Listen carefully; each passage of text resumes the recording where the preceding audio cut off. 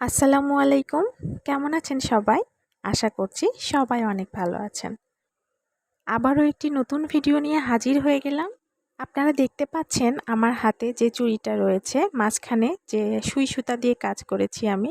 এটা কিন্তু আমি পুরাতন চুড়ি যেগুলা ব্যবহার করি না আর, সেগুলো দিয়েই বানিয়েছি।